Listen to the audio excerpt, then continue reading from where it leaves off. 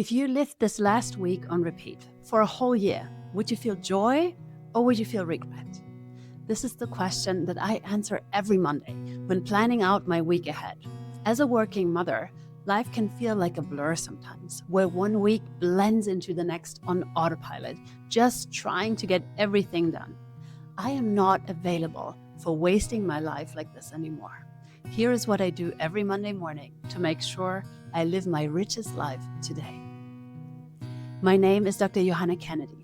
I'm a birth doula and hospice volunteer, and I'm a mother to 3 children. Welcome to my channel, where we keep death close to live more fully. If you've seen my recent video, you know that I've planned ideal weeks. I've time blocked, I use my time efficiently. But this is the part that makes it all matter. Because planning itself is not the main problem, right? Most of us are actually pretty good at planning. The problem is that you can have the most beautiful plan and still end up on Friday thinking like, what was that? Where was the joy? Where was the connection? At this point of my life, productivity is not my only goal anymore. I'm trying to be present for my own life. I'm trying to build weeks I would actually want to remember. I have the privilege of being with people at the very beginning of life in my birth work. I spend my days with mothers in the middle of life, in the thick of it, carrying so much. And I'm also moving more and more into end of life spaces. And when you get to hold all of that in your hands, you kind of stop believing in later. Later, when the kids are older, or later, when you get the promotion. Later is so seductive, but we all come to realize that later is not where life happens. So I make every Monday morning my reset time. It takes me 5 minutes. I don't start with the to-do list. I don't start with the calendar. I start with my intentions. And the reason is simple. Intention changes how you move through your week, even with the same workload. Even with the same meals to cook and the same laundry, with everything the same. Intentions lead to a different feeling, a different memory. When I plan for the week ahead, I look at the overview in my calendar and ask myself the following questions. If I lived this week on repeat for a whole year, would I feel more joy or more regret?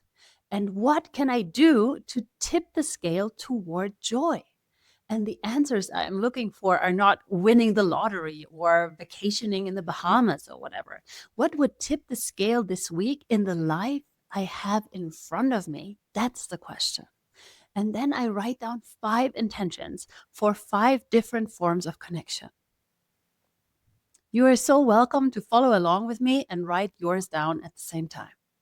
Intention number 1 is set for my kids.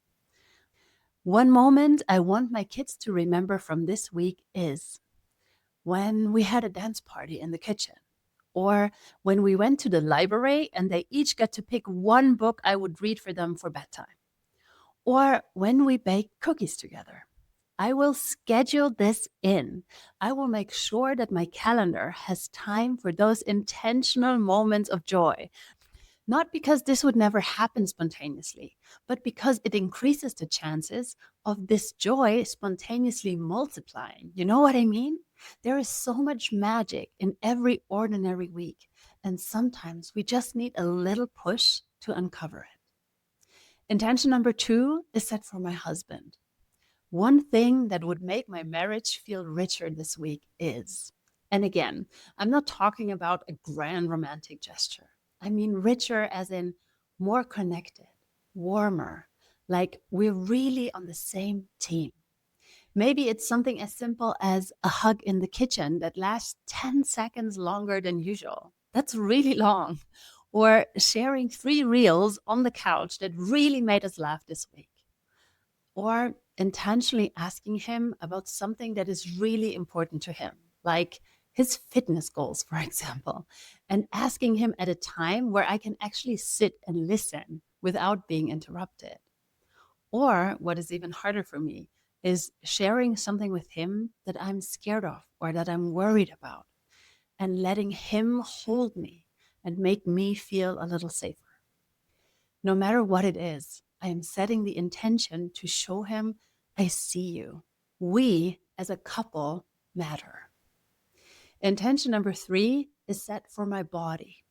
One way I want to support my body this week is getting a proper massage, or planning more fiber-rich meals, or getting more sunlight. Because in midlife, you can't just run on adrenaline and vibes anymore. At least I can, and neither can you. So you find a way to treat your body like someone you love. Have you ever seen this reel recently that said, if you had your best friend's body for a whole year, how would you treat it? What would you change? Let's try that. Let's be our own best friend for a change. Intention number 4 is set on joy and growth. One joy or adventure I am saying yes to this week. And this matters so much more than we want to admit, because so many women, especially mothers, are running life like a duty list.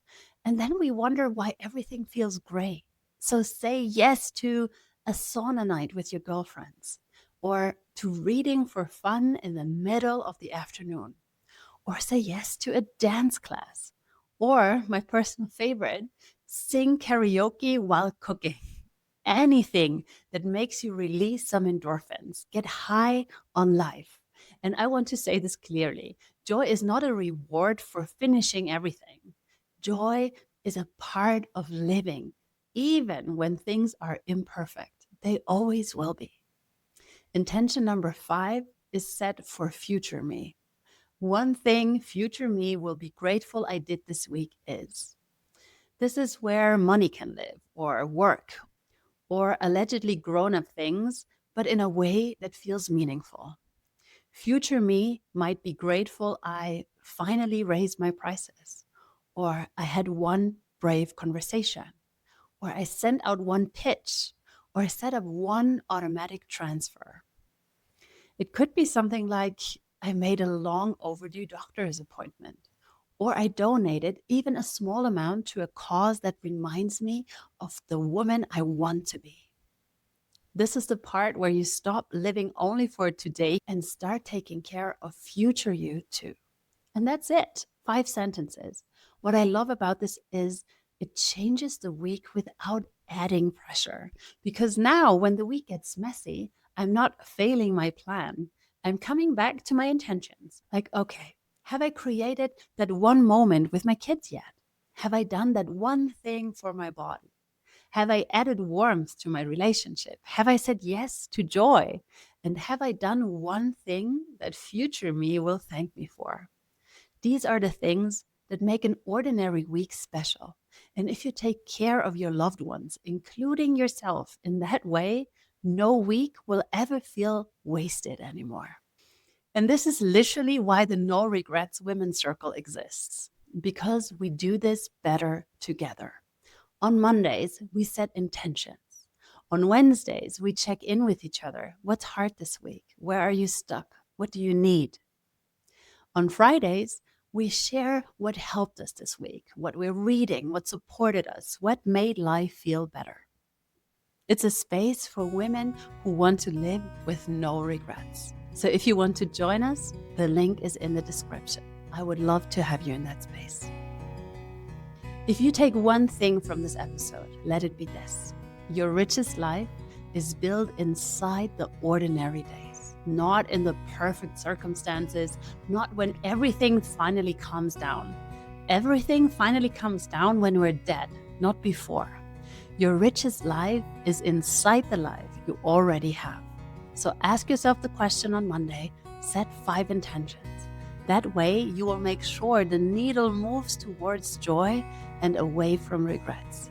May you have a wonderful day, and may you sprinkle some magic dust on the world around you.